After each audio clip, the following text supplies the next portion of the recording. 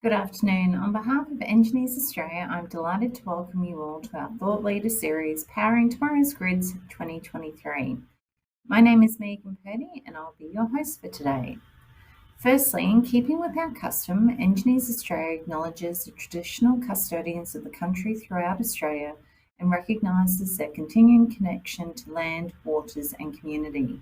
We pay our respects to them and their cultures and to elders past and present and emerging. Before we get started, I would like to acknowledge that today's webinar is being hosted with Engineers Australia's industry partner, Hitachi Energy.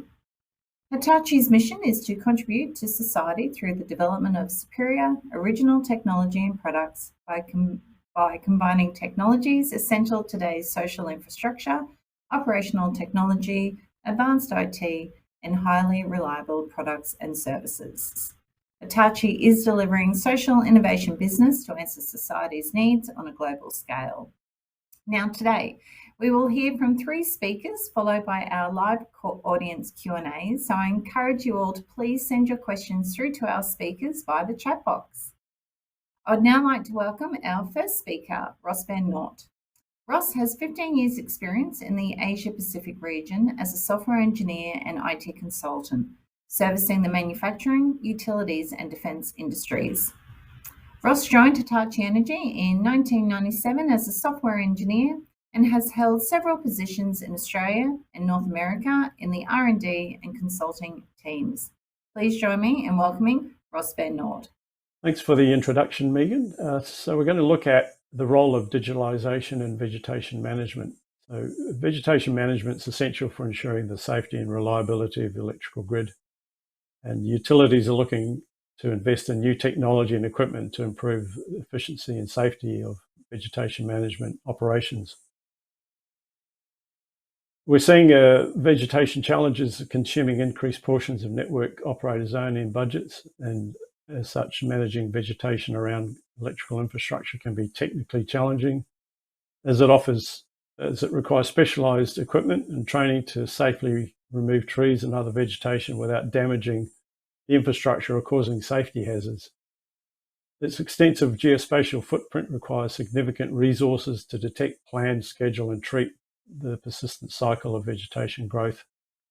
So organizations are looking for digital solutions to address the key business pain points and are looking to alleviate resource loading to free up time for organizations through their streamlining process and other low-value, time-consuming activities, and create work quality insights to better track progress and performance, and prioritize safety and reliability over cost to help achieve superior reliability and safety performance. They also want to enable analytics for cost insights to crew effectiveness and financial outlays, and capture the deep knowledge of human know-how and subject matter expertise to enhance the decision-making and knowledge transfer. The satellite and AI advancements are the point now where the convergence of these two technologies can provide compelling capabilities to detect and predict emergent threats and enable organizations to optimize their entire treatment lifecycle. Technology allows us to connect highly automated AI-based insights to back office planning processes and provide a holistic view of the risk management of vegetation data. And so along with satellite data, we've managed to integrate in real time with weather providers for lightning detection, as well as other weather-related data that helps inform on soil types, condition, historical precipitation, historical weather data, and this all helps to inform our growth, conflict, and prediction modeling. And because of this automated and integrated capability, combined with the challenges of managing large service territories, technologies can provide comprehensive insights at scale with the added benefit of reduced on-the-ground inspection visits. When we look at the satellite side, providers can now deliver resolution accuracy down to 15 to 30 centimeters, and geolocation accuracy is now around less than 5 meters.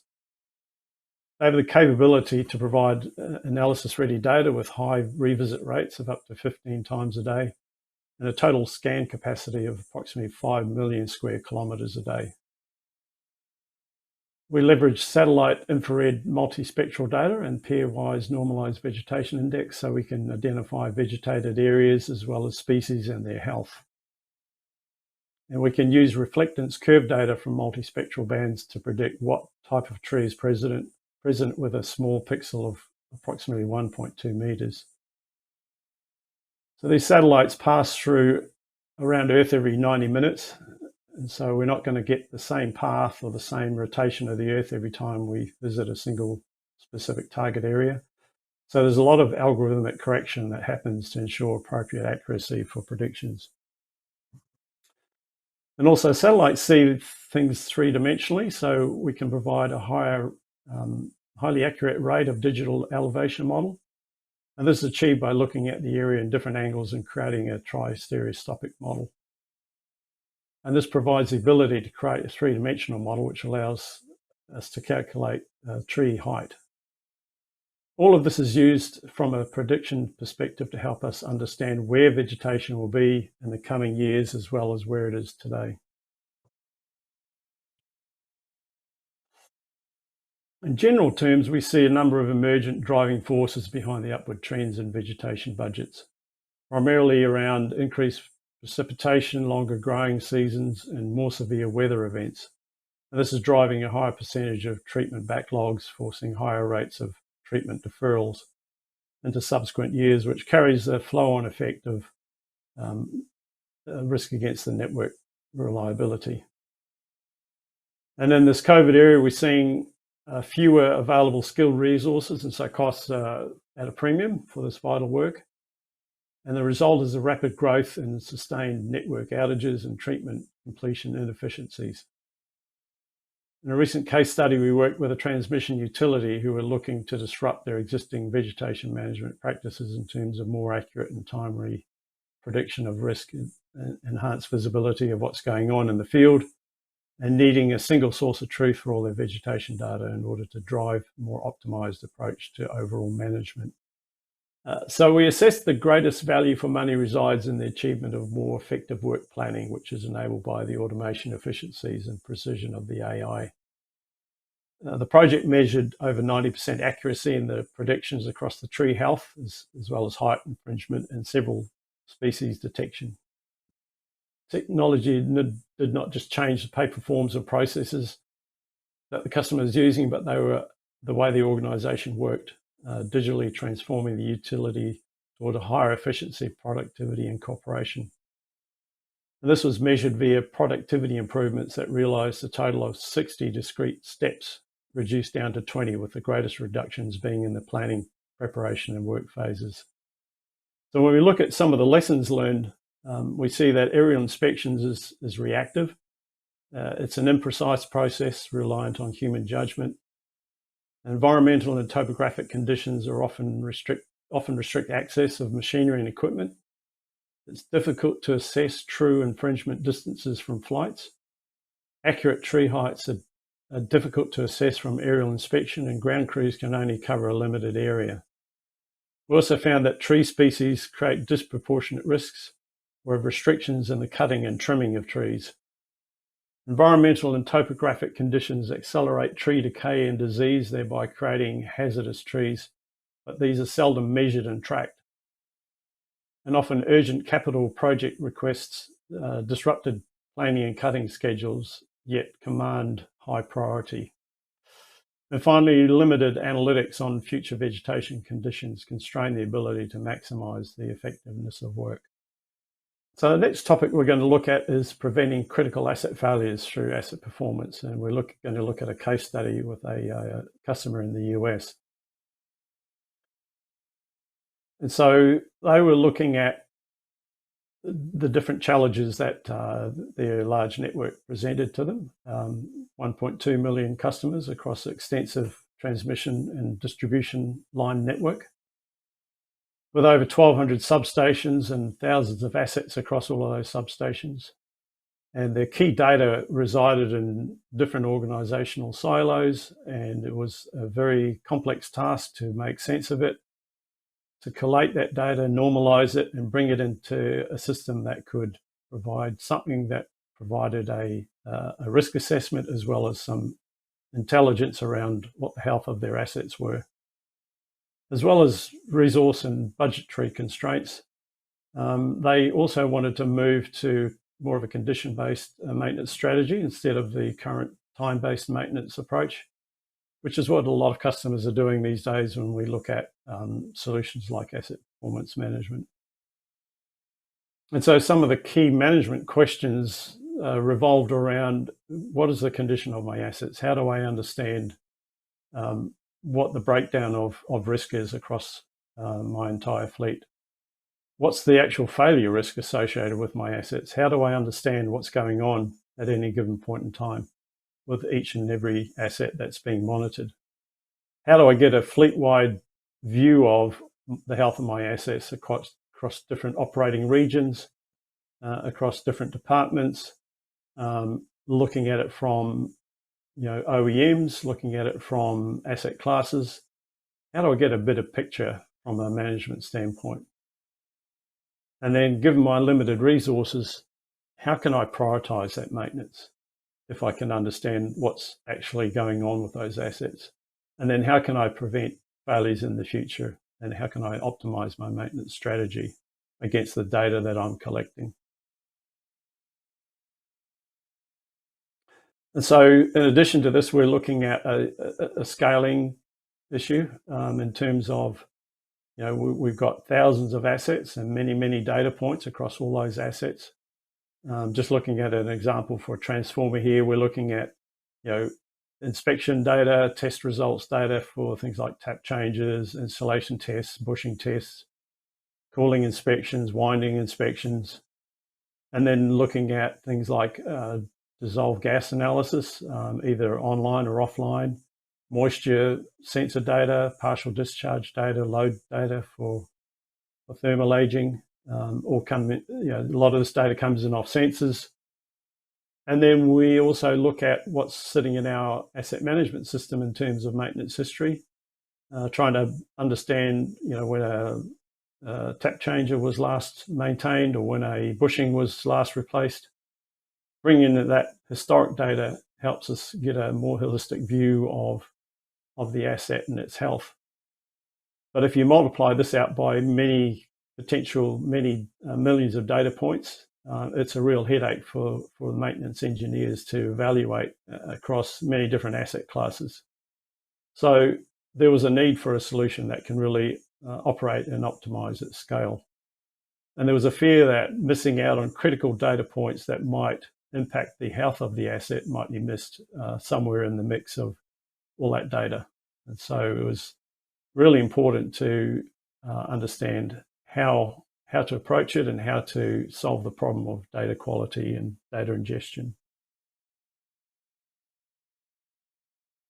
So from a maintenance standpoint, the question centered around what should I maintain, what should I replace? And you're looking at the 4 V's, so variety, volume, veracity, and velocity. It's so much data, and how do we deal with the different challenges around that amount of data coming from different silos? How do we normalize it? How do we provide a quality approach to ingesting that data? And so from an operational challenge standpoint, this data quality becomes quite an issue, because if I can't trust the data, then I can't trust the results. And operations were really disconnected from that operational view of the risk of the assets in terms of what's going on with them, a view of the preventative and corrective activities that were going on in the network and what they actually were and what their prioritization was, when they were going to be actioned, as well as not knowing what the condition of the asset was. And then really had limited preventative capability. And so it really provided a really imprecise view of what risk the entire portfolio was carrying from a standpoint of the entire fleet. So how do we look at solving this equation? So what we did was we looked at, we built analytical models for interpreting the data. There were a lot of standards built into it, such as IEEE and IEC. We've been building a lot of these assets and maintaining them for customers for many, many years. So we had a lot of data to analyze, a lot of very deep knowledge on how to maintain these assets. And so that was all built into the algorithms and the underlying solution. And so loading all that data up gave us a dramatic improvement on the knowledge of the health of all of those assets. We were able to look back and see what had happened in the past in those assets and what current open problems there were with the assets, as well as looking at what the current risk is of every asset. And that also allowed us to prioritize preventative maintenance activities, because these algorithms were able to drive out actionable intelligence. And so we are able to predict or anticipate failures by being able to provide more of a forensic look at what's going on inside the asset and providing some very highly detailed information about what we found, what to do about it, and when to do it. And so what that allowed us to do was achieve more enhanced optimization to meet our customers' business objectives. And this intelligence really allowed us to drive actions, or what we call actionable intelligence, against all of those assets in the fleet. And also look at prioritizing asset replacement, because we now understood what the health of the asset was, how old it was, what its financial risk was, what its risk to obsolescence was, etc. So that drove into an optimization of their capex, where they could then see the ranking of assets based on when they need to be replaced. Reduction in their operational expenditure, because now we were focusing on the critical assets and the critical problems, and less so on the less important issues and the more healthy assets. And so driving risk out of this process was also quite important, in terms of when the field technicians went out to the substation, they were able to see what the health of all the assets were and what was going on with each of the assets before they entered the substation perimeter. And probably most importantly was preventing catastrophic asset failures, and all the ensuring environmental costs and public perception costs and so forth that are associated with events like that. So looking at the actual models that were developed, so the basic design premise is where we ingest data coming in at different frequencies from different data sources, things like real-time events and alarms and load, as well as offline data such as oil analysis from the lab, inspection data, installation test data, those sorts of things, as well as data coming in from online sensors, so your DGA, your analyzers, your moisture analyzers, your partial discharge pushing sensors, all comes in through this process where it goes through what we call a performance model. And then that provides the actionable intelligence and the risk assessment and categorization. There's a lot of KPIs get driven out of that to give us a better view of how the fleet is doing at any given point in time. But in concert with that, we actually had to provide the ability for flexible data availability. So not every asset has the same data available. You might be missing oil quality test data or bushing test data. So we needed to take into account lack of data but also provide the ability to perform a reasonable assessment of the risk of the asset, and also make recommendations on which data is missing and needs to be addressed if you want a higher degree of accuracy. And so in terms of the rollout, we looked at bringing in the offline data first, because that's sitting in a historical repository somewhere, and loading that up and looking back over the last 10, 15 years of data, and seeing what's occurred in the past, what the current health of the assets are based on the most recent data, and then looking at an assessment of what are my highest risk transformers, for example, and what are the highest priority maintenance activities that need to take place? Does it make sense to put sensors on there and then roll those out across those high risk and high priority assets? And so it's more of a strategy approach in terms of how you roll out the different phases of the project.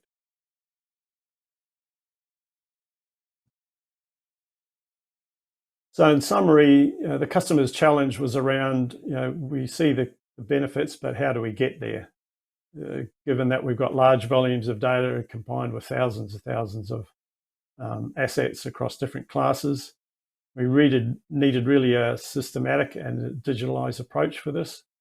We needed a holistic health model, not just looking at part of the asset, but everything, and a predictivity system that they could turn into actionable information and do it at scale. So over a 90-day duration, we were able to load the over 2,000 power transformers for the customer. And one of the most immediate impacts was the reduction in scheduled tasks that were necessary, because now they had complete visibility of all the maintenance priority of all the assets that were loaded. They knew which ones were at high risk, which ones needed the most urgent attention, which ones could be deferred, and which ones didn't need any attention at all. The system actually also identified a transformer that was headed for failure, so that prevented some lost revenue and customers from an unexpected outage. And so APM provided a digital health model to support this predictivity analysis, and was able to provide performance measurements based on risk and the criticality of the asset to the operation. Able to maximize resources using consolidated data analysis to help the maintenance engineers. And then this actionable intelligence in the form of work packages was able to be pushed across to the pushed across through integrating with the asset management and workforce management systems. Thank you, Ross, for your input. I'd now like to welcome our second speaker, Stephen Sproul. Stephen is a chartered engineer with over 10 years of experience across the power industry in Australia and other leading renewable energy markets in the USA, the UK, and Italy. Stephen's work at Hitachi Energy includes the energy storage for commercial renewable integration, Dalrymple battery energy storage systems, which is the first registered grid-forming BESS on the national energy market, through to the recent Kalbarri microgrid that seamlessly supplies the township when the grid fails. Please welcome Stephen Sproul. Good afternoon, everyone. I'm Stephen Sproul from Hitachi Energy, and today I will talk about virtual synchronous machines and how this technology will not only be a part of tomorrow's grid, but form the backbone of a 100% renewable energy power system. Now, when we discuss virtual synchronous machines, this is a specific type of large-scale battery energy storage system. Battery energy storage systems, or BESS, have become an important part of tomorrow's power system because they are complementary to renewable energy generation. But as a virtual synchronous machine, they solve more of the key barriers to the energy transition, which we will discuss. So where are we? Coal-fired power stations are retiring, and we have the planned retirements here on the left. But this is no longer just a chart in a report. It is happening, and it is happening much quicker than anticipated. We see announcements in the media, and it underlines that the economics are no longer a barrier to renewables. And AEMO's integrated system plan shows the retirements are happening 2 to 3 times faster than anticipated. We see on the left that many are retiring years ahead of this forecast. Step change is the new normal. The key point here is it's happening, it's accelerating, and we don't have time to play on the edges anymore. So what does this do to a power system? Well, some people may have heard of system strength. This has been a challenge for a number of years at the extremities of the grid. It makes it hard to connect and operate renewables because the grid is weak, or the grid signal or voltage signal is weak. This is a symptom of less large generators being online. This is the heartbeat of the grid, and when it's weak, it's hard for renewables to follow and stay connected. We can see here in the middle areas of high and low system strength compared to where Australia's power systems are. And this issue will only get worse. And it's a key issue we need to solve. If we can't connect and operate renewables because the grid has become too weak, we cannot reach zero emissions.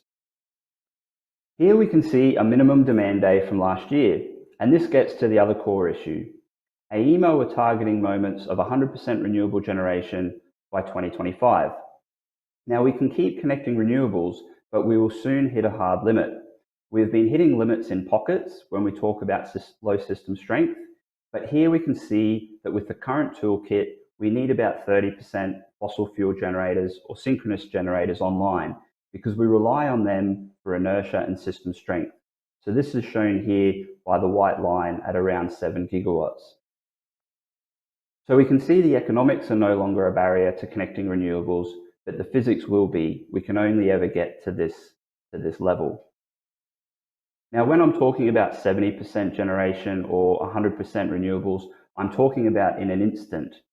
That is the first fundamental challenge we need to overcome to reach 100% renewables.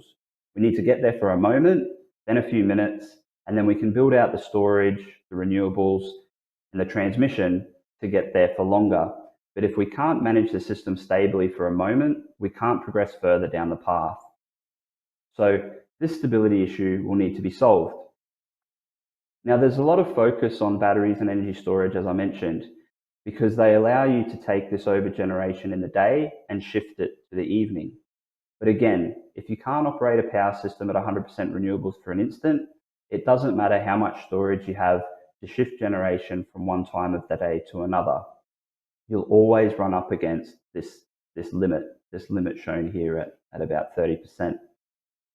So unless we want to keep dispatching generators out of economic order or continuing to curtail renewables, we will have to be able to get below this threshold. South Australia, Scotland, California, and others have announced recently that it was 100% renewable for a period of time.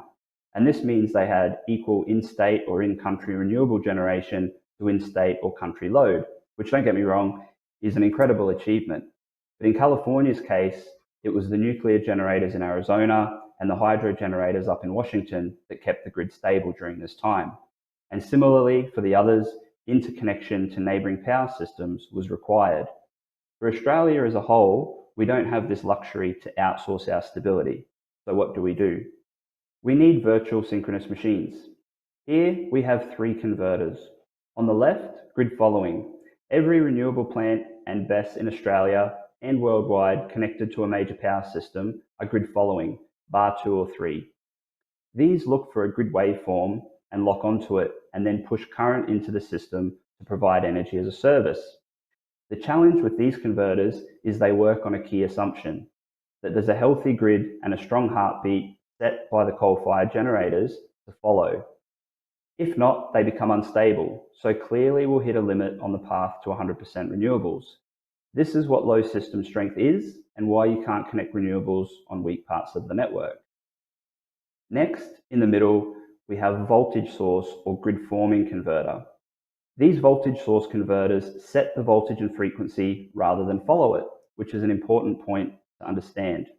These have traditionally been used in off-grid power systems to establish the operation of these mini-grids. Grid forming on its own, though, isn't sufficient. It's like having too many cooks in the kitchen, all trying to set voltage and frequency, and they don't operate well with other voltage sources like the grid or other generators. And this is where virtual synchronous machines come in.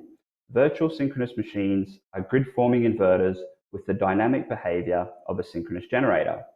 They provide inertia, system strength, and other attributes, and importantly, can be tuned to collaborate with the power system, but at the same time, set the voltage and frequency with other grid-forming assets. This technology allows synchronous machines to switch off, which is the key barrier to further renewable penetration, switching off that last 30%. We have multiple projects that have demonstrated this performance, and more recently, AEMO have undertaken further modelling and white papers on this topic.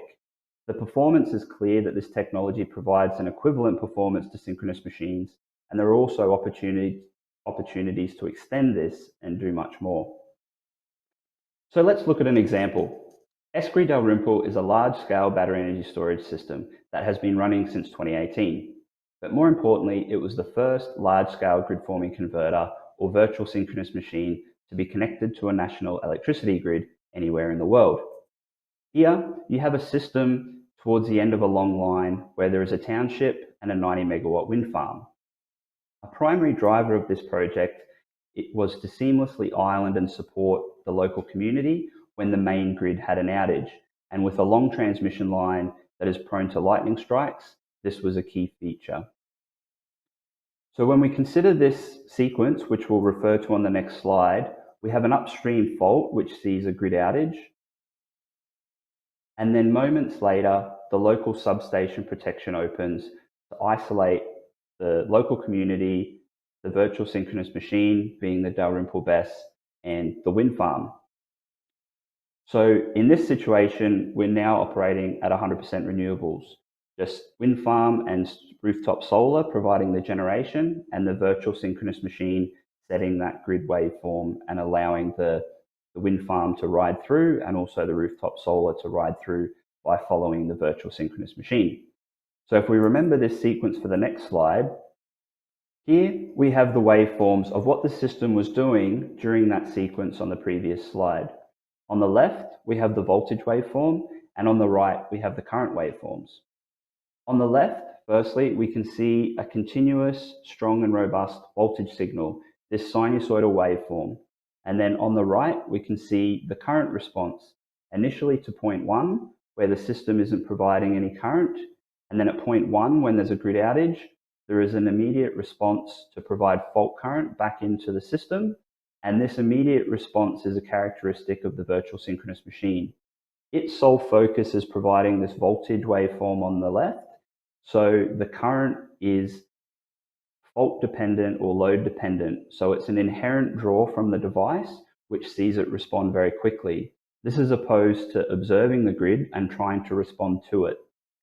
We can see after about 70 milliseconds, the local substation protection opens at point 2, and there we have the virtual synchronous machine continuing to supply the local loads in concert with the wind farm. So on the left, we can see throughout this sequence of grid outage and switching, the voltage waveform doesn't experience any notching or distortion. It's a strong, robust waveform. And that enables the wind farm and the rooftop solar to stay online and ride through this sequence because the virtual synchronous machine is underpinning the system.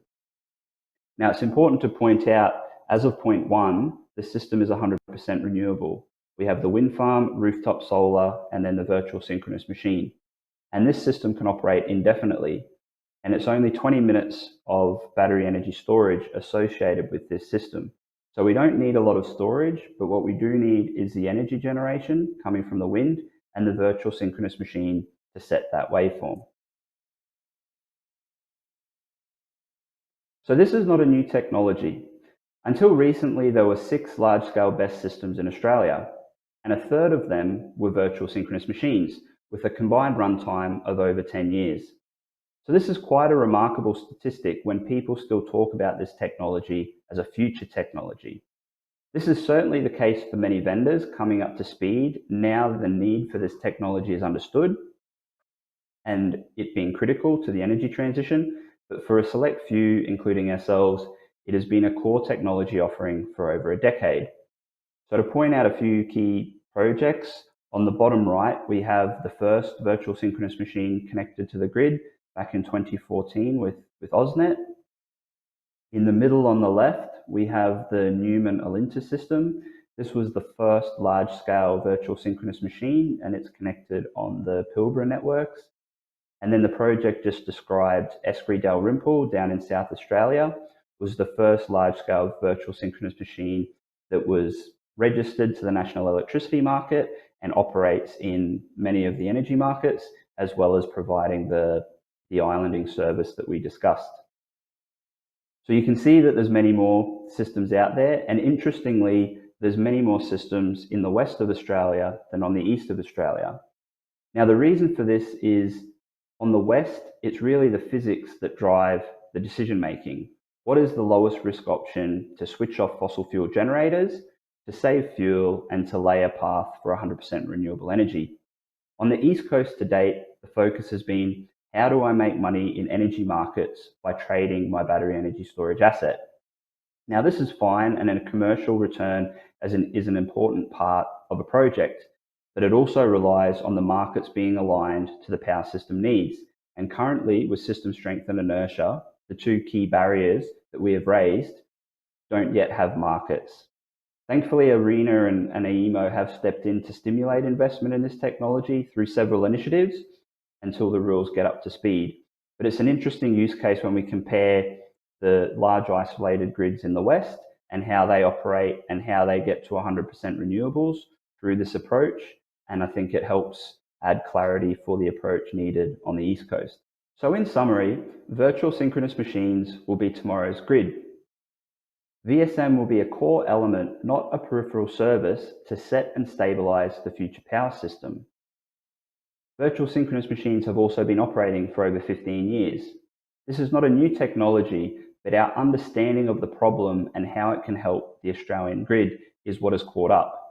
Few knew what system strength was 5 years ago, but the solutions are still there.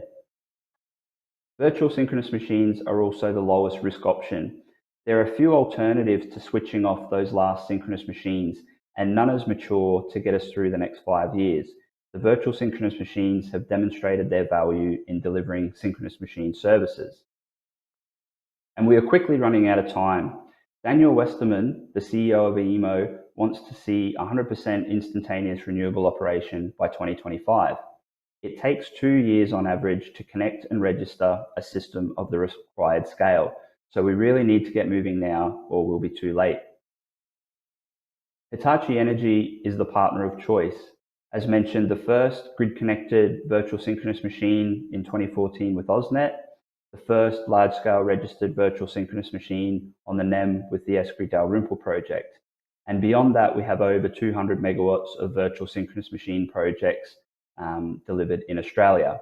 So that history and know-how to bring these solutions to fruition is part of our core competence. And finally, to reach 100% renewables, we need to stabilize first and then store. The amount of megawatt hours of storage versus how much renewable energy generation is built versus how much transmission line is built is an economic optimization. But we will need virtual synchronous machines to switch off the last fossil fuel power stations and operate tomorrow's grid.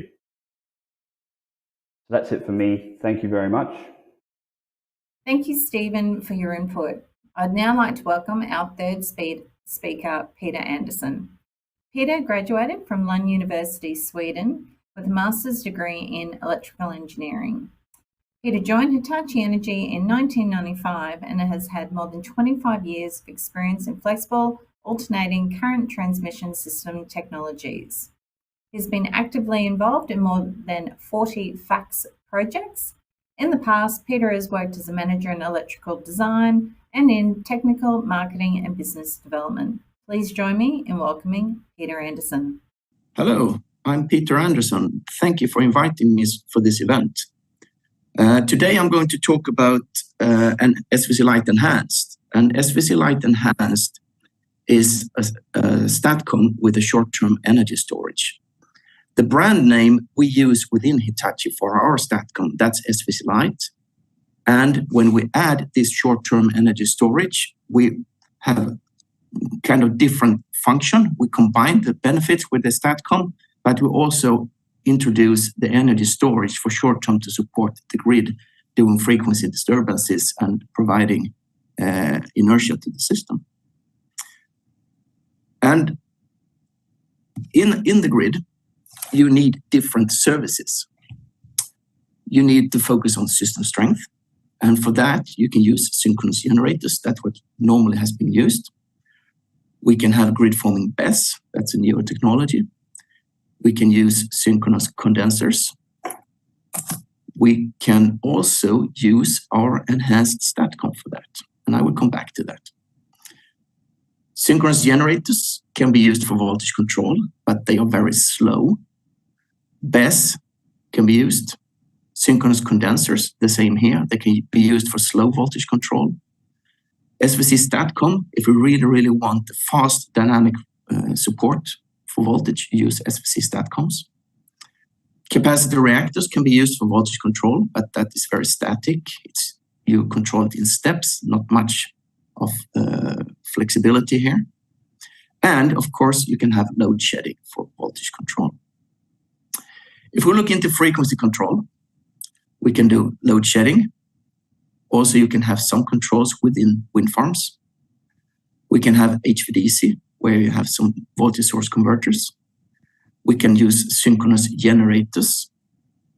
And we can use BESS, battery energy storage. And if we talk about inertia, same here. We can use new wind farms with controls. We can use HVDC with voltage source converters. We can have synchronous condensers. But the negative part of synchronous condenser is that you only utilize a few % of the rotating mass for this. So what happens with the synchronous condenser is that you have a lot of energy stored in the rotating mass that you will not utilize for inertia or frequency support. You can have grid forming BESS for this one, or synchronous generators. And that's the same here with the synchronous generators. You only use a few % of the rotating mass. Therefore, we now introduce our enhanced STATCOM. And as I said, enhanced STATCOM, that's a conventional STATCOM, but we use something called grid forming control. It's a grid forming STATCOM. And the grid forming STATCOM actually behaves like a synchronous condenser when you have disturbances on the grid. And we use the same kind of control for our enhanced STATCOM, our STATCOM with short-term energy storage. So therefore, we can provide fault current, inject fault current during network disturbances. And also this grid forming control has another benefit, is that it will behave very stable during weak grid conditions. For voltage control, there we have already our SVC STATCOM. That's the quickest one, the best one if you really need fast dynamics. Typically, if you have challenges during post-fault conditions, you have a transient overvoltage. In many times, the only solution to be able to mitigate the transient overvoltage is to use STATCOM, SVC, or our enhanced STATCOM. For frequency control, we have our enhanced STATCOM because we can control and inject energy to the system whenever we like. And finally, it could also work to provide inertia, the enhanced STATCOM. So by introducing our enhanced STATCOM, our SVC Lite Enhanced, that is a STATCOM with grid forming control and a short-term energy storage, we will be able to cover all the services required for a network. And what is an SVC Lite Enhanced? First of all, as I said, SVC Lite, that's our brand for STATCOM. A STATCOM is a fast dynamic provider of reactive power. And the main target here is to support the grid voltage by injecting fault current. We have our control system, the MAC, and the MAC control system is the same control system we use for SVCs, for STATCOMs, series compensation, TCSC, HVDC. More than 500 systems delivered so far. And then what we do now is that we introduce new control algorithms. We use the grid forming control concept. And by having grid forming control, it will behave similar to synchronous condenser. And it will behave much more stable during weak grid conditions. Then we also add supercapacitors. We use supercapacitors because we focus on the first 30 seconds of the disturbances. If you want to focus on minutes up to hour, then we talk about batteries. But our main target here is the first 30 seconds to optimize a design that supports your grid. And all of them together will be our SVC Lite Enhanced. And with that one, we can provide reactive power. Using one converter, we can do it up to 400 megavars. continuously current, and several hundreds of megawatts of active power can also be delivered or provided during durations up to 30 seconds.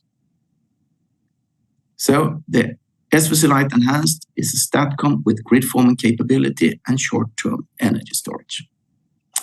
And if we look at the typical layout and a typical single line diagram, the difference between a STATCOM and an SVC Light Enhanced is that in the STATCOM, we build one big converter that we normally delta connect. Now, for the SVC Light Enhanced, we split the converter into two parts and we star connect them.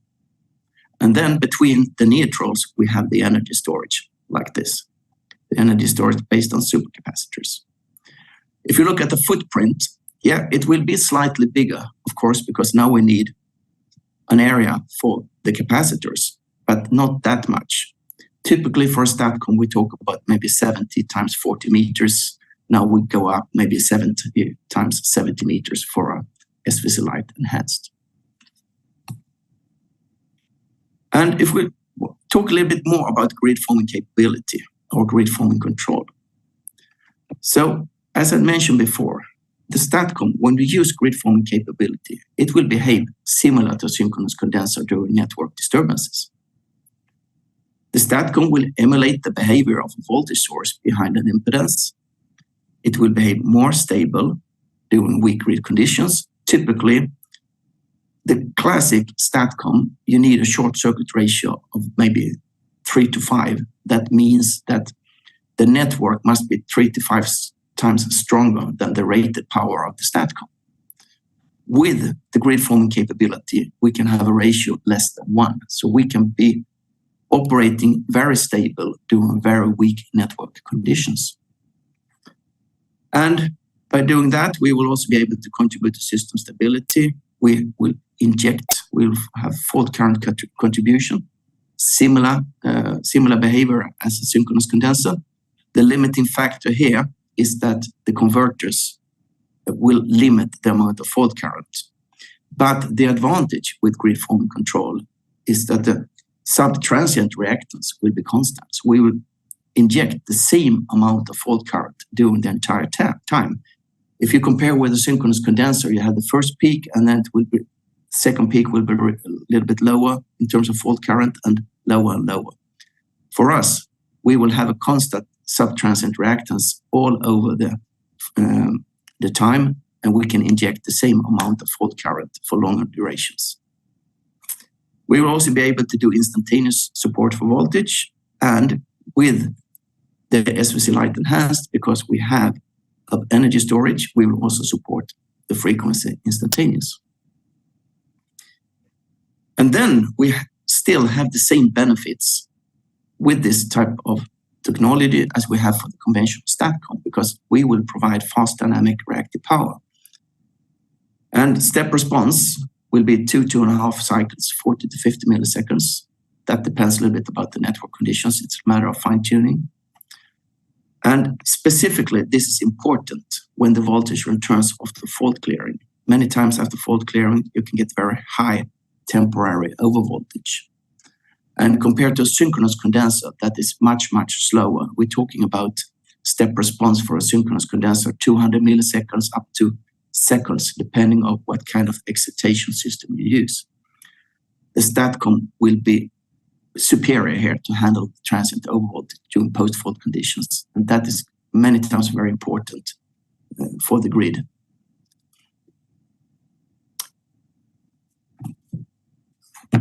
This is a simulation where I just show about what happens when we do inject a single phase to ground fault in the grid. And you can see here, if you have synchronous condenser and the SVC Light, they are injecting fault current, both of them. So you will have similar undervoltage conditions for the phases. But when the fault is cleared and the voltage returns, you can see here how much more efficient the SVC Light Enhanced is to handle transient overvoltage, because we will be so quick to inject the fault current that the transient overvoltage maybe will stay around 1.15 per unit. but for the same comparable synchronous condenser, we would end up around 1.24 per unit. And the conclusion is, as I said, the STATCOM and the SVC Light Enhanced will be around 2.5 cycles for step response, and that is specifically beneficial when the voltage returns off the fault clearing. And a synchronous condenser, as a comparison, will be in range 200 milliseconds for static excitation system and up to 2 seconds for a brushless excitation system. So if you also have challenges, which you have in many, many cases with the returning voltage of transient overvoltage during post-fault conditions, the SVC Light Enhanced will be superior to handle this. If we talk a little bit more about the time, the duration, and the reactive power versus active power for a SVC Light Enhanced. As I mentioned in the beginning, the big benefit of having a storage, if you have batteries or if you have supercapacitors that we have in our SVC Light Enhanced, is that you can utilize all the energy stored to support the grid. When you have a rotating mass, when you have some at the level where you have the under frequency, you would trip the rotating machine. So that means you have a lot of energy stored in the rotating mass that you can't utilize to support the frequency in the system, or support the system.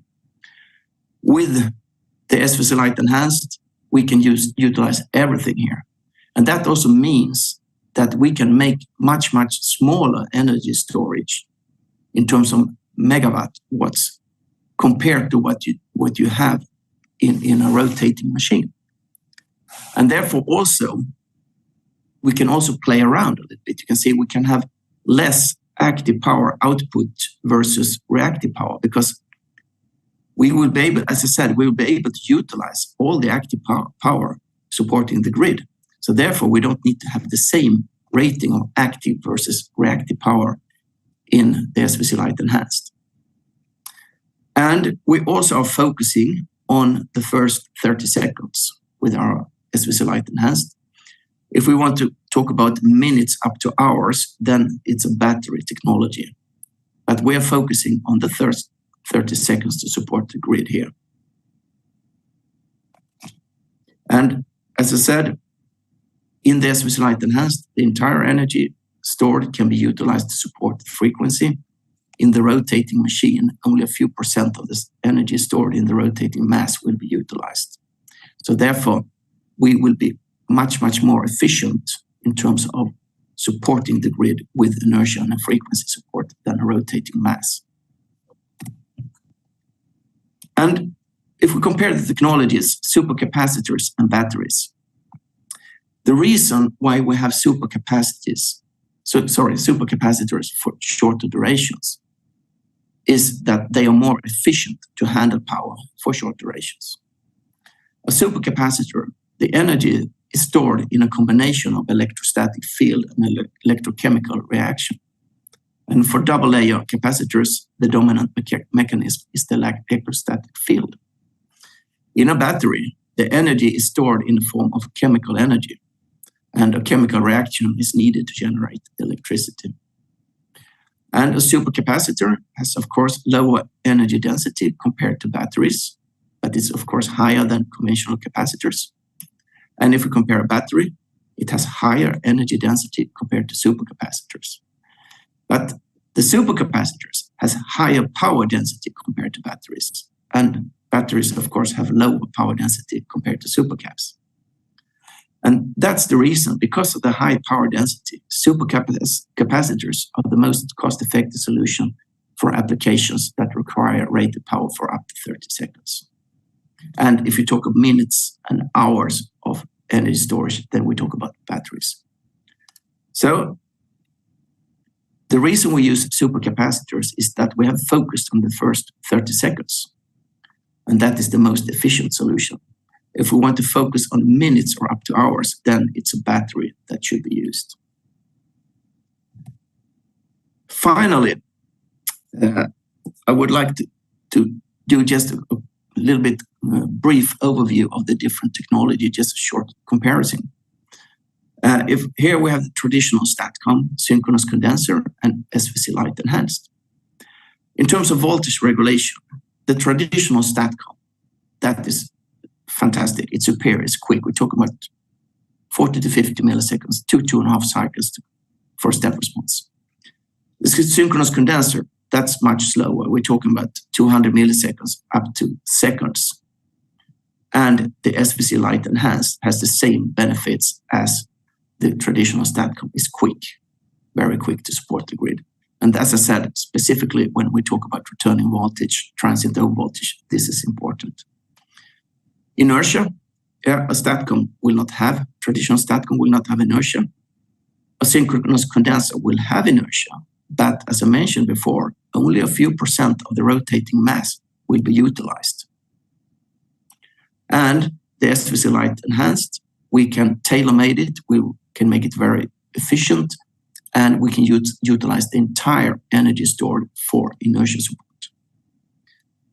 Traditional STATCOM, with grid forming control, we will have short circuit contribution, but it's limited due to the converter topology and also limited due to the converter rating.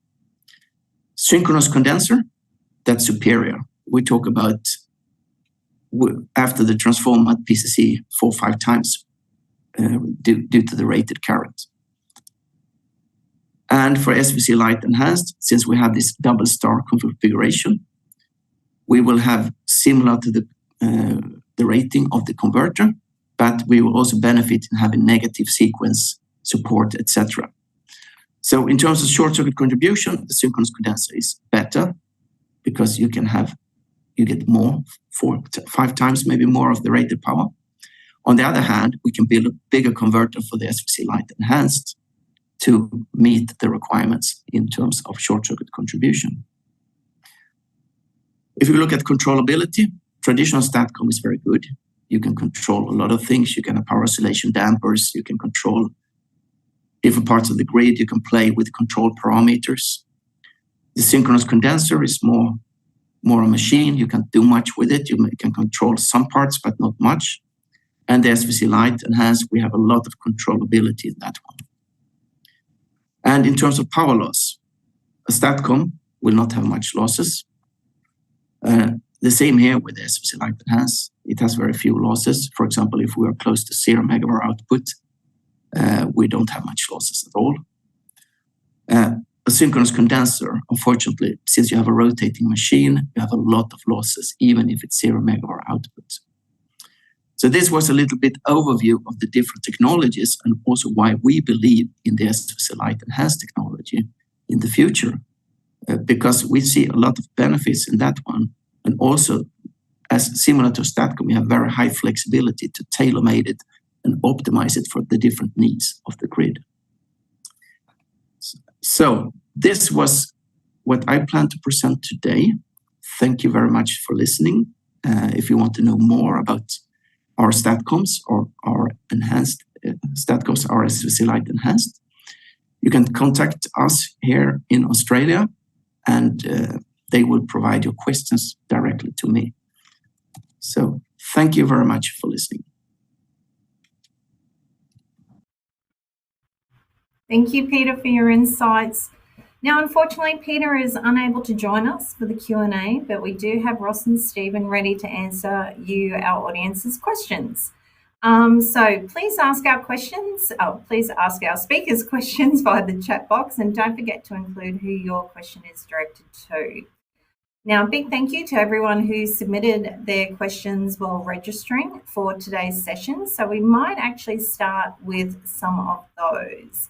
So the first question, I'll direct this one to Stephen, and it came from Dominic Wegrek in Queensland. Now, Stephen, his question is, why are there solar plants being built that then sit idle? Yeah, sure. Thanks, Megan. Look, I don't know the exact solar plants, but I think it's a great case in point that we do see across Australia that there are renewables that are connected and then are either constrained or can't operate at full rating. And this really comes back to some of the topics I was talking about around minimum loading.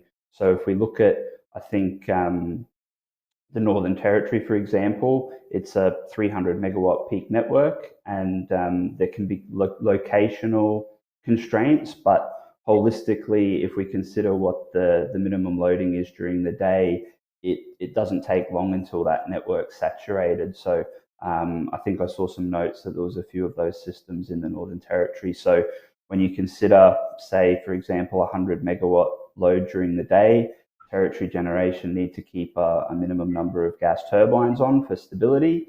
So if it's 100 megawatts, 70 megawatts is probably the maximum amount of solar you can add. And yeah, a couple of those projects quickly use up that capacity.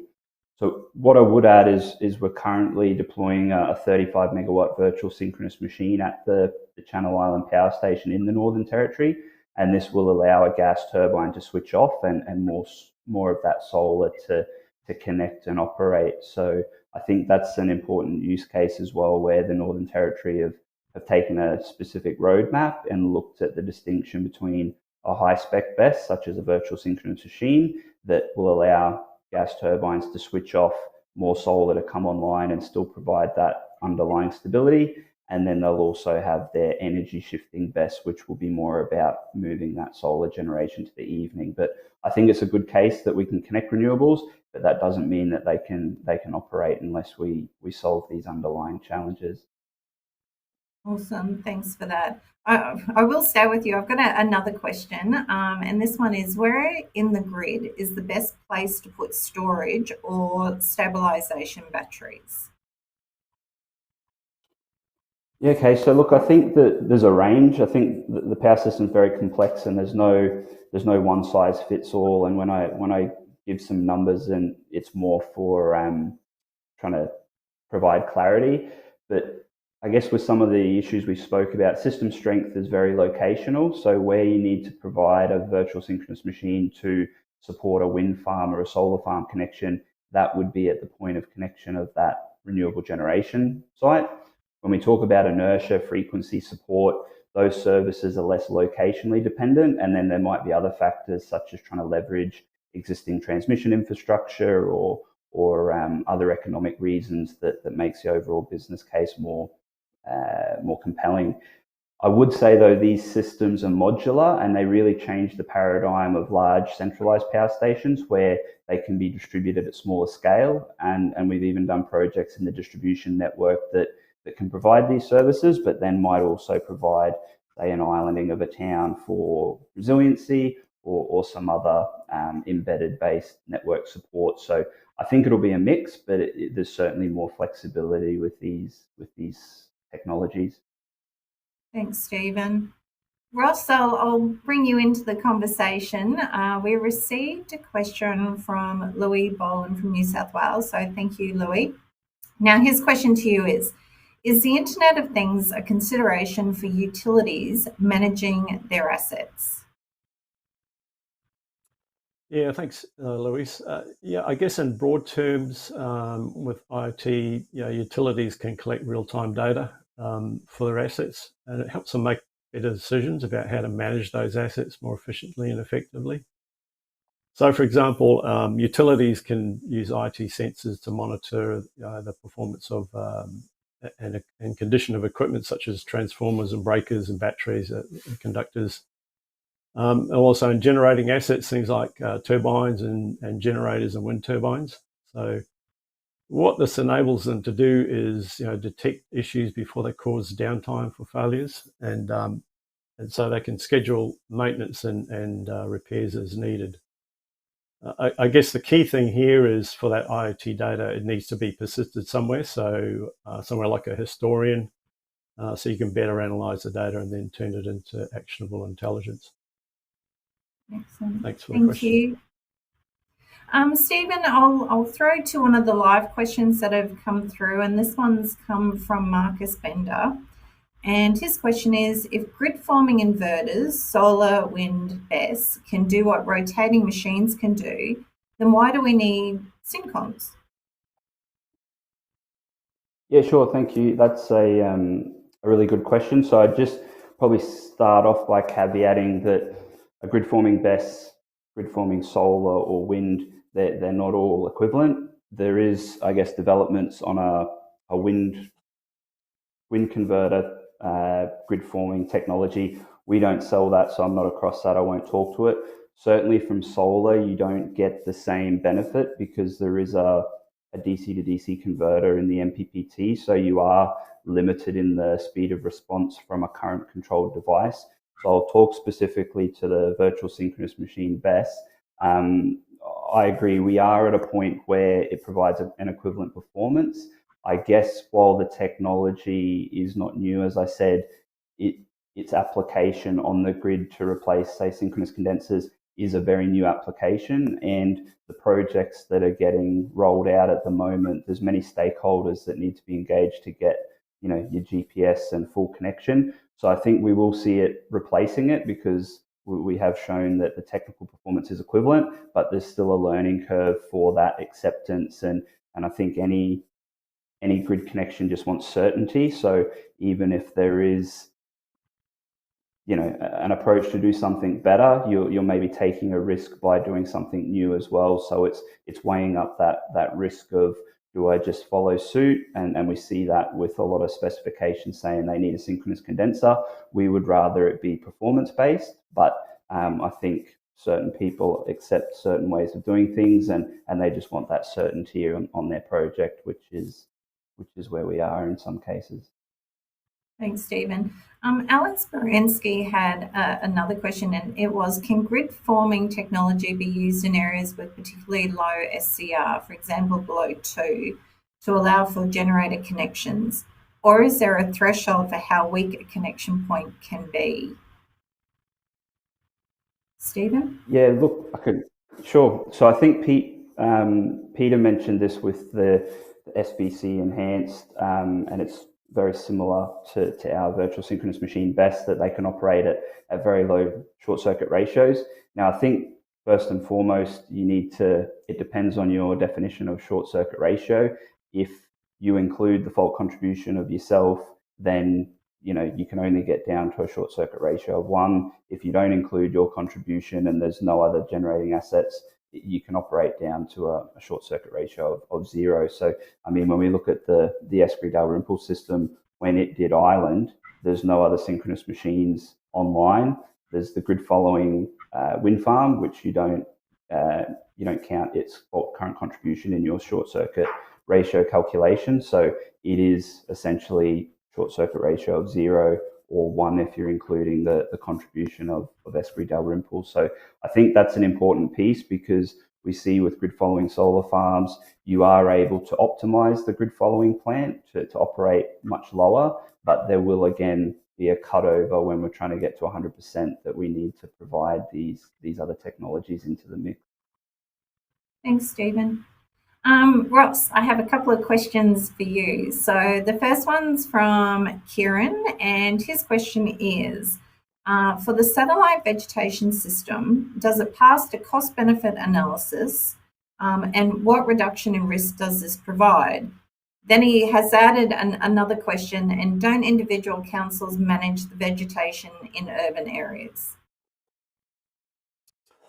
Yeah, thanks, Kieran. Good question. So, the solution helps utilities to understand not only where the risks lie, but able to predict future risk, and that's one of the benefits that comes out of an automated AI-based system. So the real benefit really comes from the streamlined planning and scheduling based on prioritization and the measured risk of the AI. And better managing deferrals and future planning and budgeting programs of work, because you can now package all this up into risk-based programs based on priority. And so it provides a much better view of future risk as well. In terms of cost, what we're seeing in the market so far is satellite being approximately 4 to 5 times cheaper than LiDAR. A lot of companies have gone down the LiDAR path, but satellite now is at a point where it's very competitive in that space. And so, yeah, vegetation is managed by different entities across the globe, from large multi-state transmission companies down to regional and local body distribution organisations. What we're seeing with at the urban distribution level is some organisations are having challenges, are also having challenges around the accuracy of their geolocation data, and we're leveraging satellites to also help them identify those and correct those. Thanks for the question. Well, I'll keep the questions coming for you, Ross. Kieran had another question for you. For the asset management case study, where does the safety of HV operators and other maintenance workers fit in the model?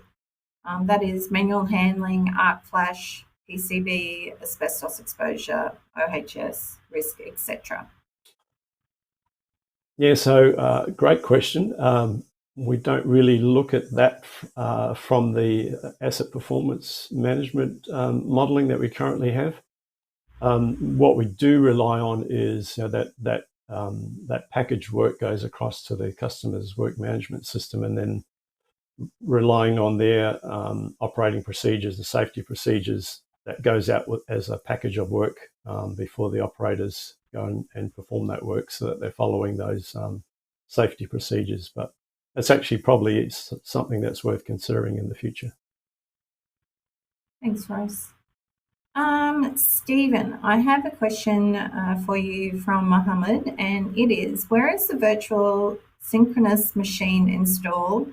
At the substation or at the BESS energy provider? And then who owns it, TNSP or the private BESS renewable plant? Yeah, thank you. That's a really good question. So in the case of the Dalrymple system, as we showed, it provides multiple benefits. So it's installed adjacent to the 33 kV to 132 kV substation, and that's operated by Electronet. And Electronet, the transmission authority, also own the Dalrymple BESS. So they own it to provide regulated services, which is the islanding function to the Lower York Peninsula, and that reduces their unserved customer minutes. So that, plus some stability services to the interconnection to Victoria to help manage the loading on that. They're the regulatory benefits that Electronet get. But as mentioned as well, it also participates in the FCAS and arbitrage, or wholesale electricity markets. And as a competitive market, Electronet can't participate there, so they actually lease a portion of the Dalrymple BESS to AGL, and AGL participate in those energy markets. So I guess that's one thing you see with energy storage projects, is typically if there's one application, it doesn't pencil out on the business case. So there's a stacking of services. So it's owned by Electronet, but there's I think a 10-year lease agreement with AGL where they take capacity and trade it in the energy markets, but then it provides the regulated benefits to the local community. Stephen, there's quite a specific question asked from Bill Schmidt. His question is, any idea of the fault current PU value for the enhanced StatComs? Is that too specific for you? No, look, for the enhanced StatComs, I probably let Peter follow up on that for that specific product. I guess to our virtual synchronous machine, I think it's an interesting point, because probably something I didn't cover on if we think back to the waveforms on the Dalrymple system, we had the very strong, robust voltage waveform. But if you noticed on the current waveforms, we do have quite a high overload in our converter. And that's important because all power electronics are current limited. So if you run into a limit, then it will protect itself, and then you can't guarantee that strong voltage waveform's maintained. So we see sort of two, I guess, brackets for the technology. There's virtual synchronous machines that are really designed to support the system, and then there's BESS with grid forming capability that will perform that way, but then how far will it go beyond being a grid forming converter to supporting the power system in a contingency event. So I think our system is different to some others on the market, and I think trying to value that is an important piece so we get the right, horses for courses. You don't all need to have that capability, but when it does underpin the future grid, it's important as well that we don't have all these systems hitting a limit and then not supporting the power system where we need it. Thank you. I do have another question for you. It's from Tim, and it is it practical to transmit electricity produced from PV and wind far enough eastward to offset peak demand? In other words, use electricity produced far west of where it's being consumed. Yeah, look, I mean that concept of connecting Perth to the east coast, and while we have the peak evening demand on the east coast, using the solar resource in the west, I think, in my opinion, it comes down to the economics. I think in looking at what we need to do, we have renewables. They're obviously dependent on the solar or the wind resource available. Interconnection is important to balance out regions. We see, the Marinus Link project, Energy Connect, more interconnection between states. So that helps to tackle it. But then there's also, the case to overbuild your renewable capacity. If it's cheaper to overbuild and spill at certain times, that's part of it. And then there's also storage. So I think, that's a valid approach, but it really needs to go into the mix of what's the most economical balance between interconnection, storage, and renewable overbuild to serve our energy needs. I am sorry, I've got another question for you. And this one's from Ben Witter. What harmonics and transients are experienced by low consumers of virtual sync machines compared to traditional sync machines? What are the real life impacts and how do we manage it? Yeah, no, great question. I think without getting too much into the detail, a lot of the projects we've done with our virtual synchronous machines, they're not designed to be harmonic filters, but they do sync harmonics by being a voltage source. So we've got some projects where the underlying harmonic content in the point of connection was at X, and then after we connected, it was reduced. However, it's only to a certain harmonic level because the switching frequency of the converter is a certain amount, and then above that, there's little benefit. So I think it's important that we understand what this technology is doing, but I wouldn't look at it as being necessarily worse. In a lot of cases, it's actually helping the harmonic content of the grid. Stephen, I've had a couple of questions come through around smoothing techniques. So I'll ask the first one that we had from Ramat. How does the smoothing technique work to improve stability and mitigate the fluctuations of output power from renewable energy sources?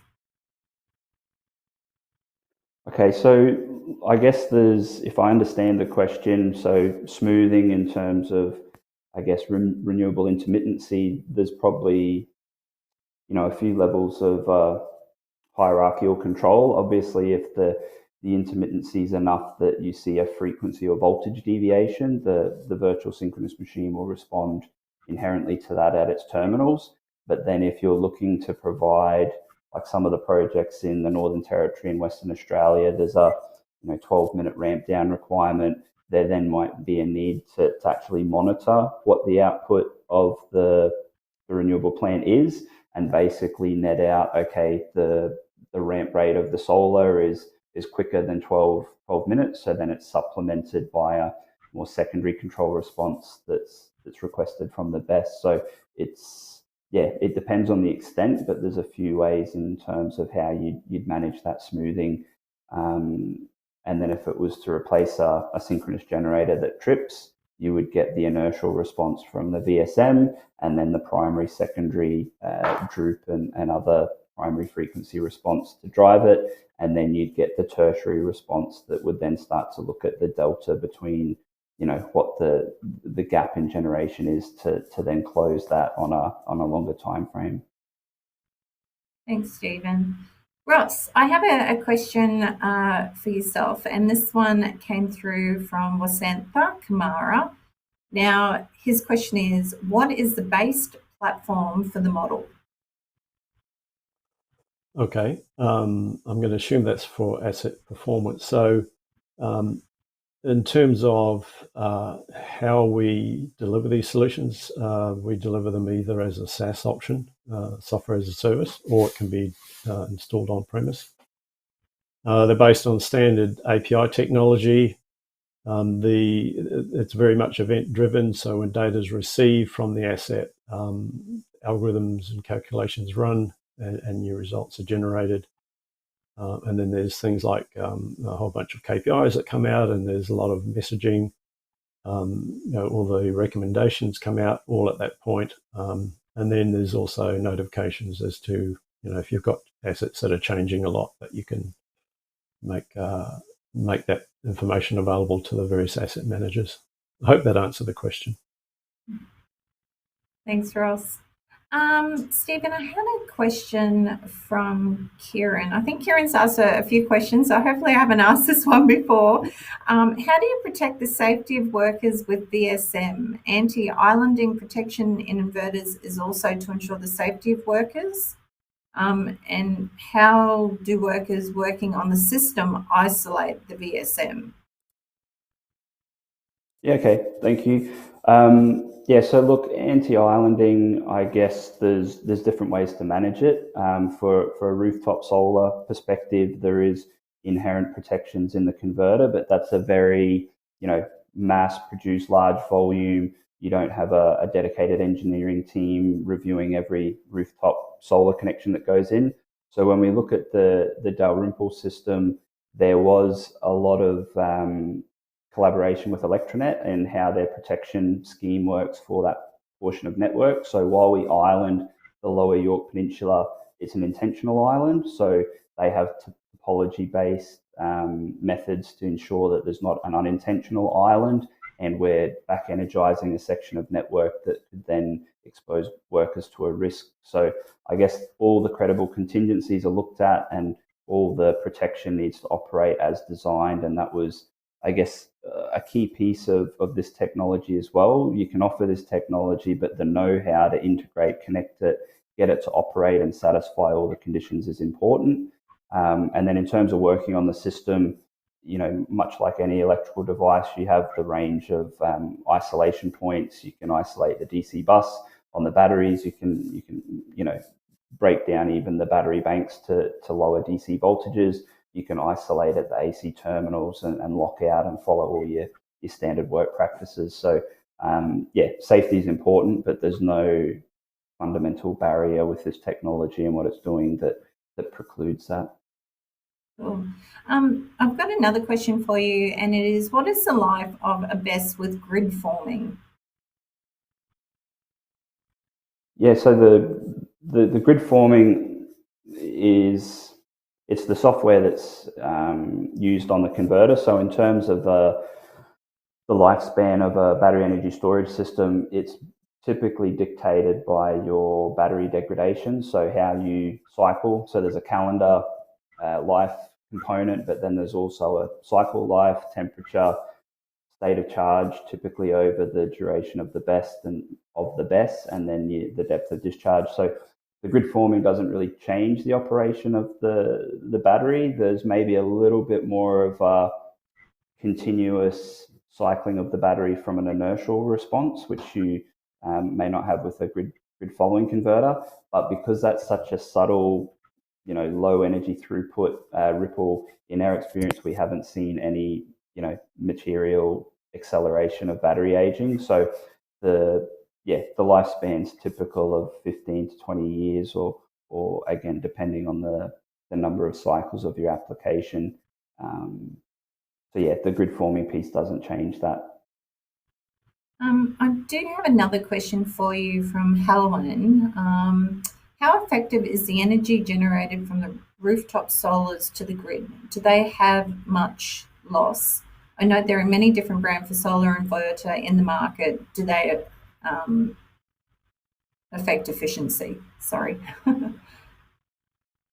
No, that's okay. I'm probably not best placed in my current role to talk on rooftop solar converters, but yeah, I might leave that one, Not a misrepresent problem. something from. Now, I am going to make another guess. We've got a question that's come in from Jordan Bartlett, and it's Australia has earthquakes. AS 1170.4 multiple standards reference EQ design and post-disaster facilities require post-disaster functions. So my question is, are you getting requests for smaller facility island mode setups?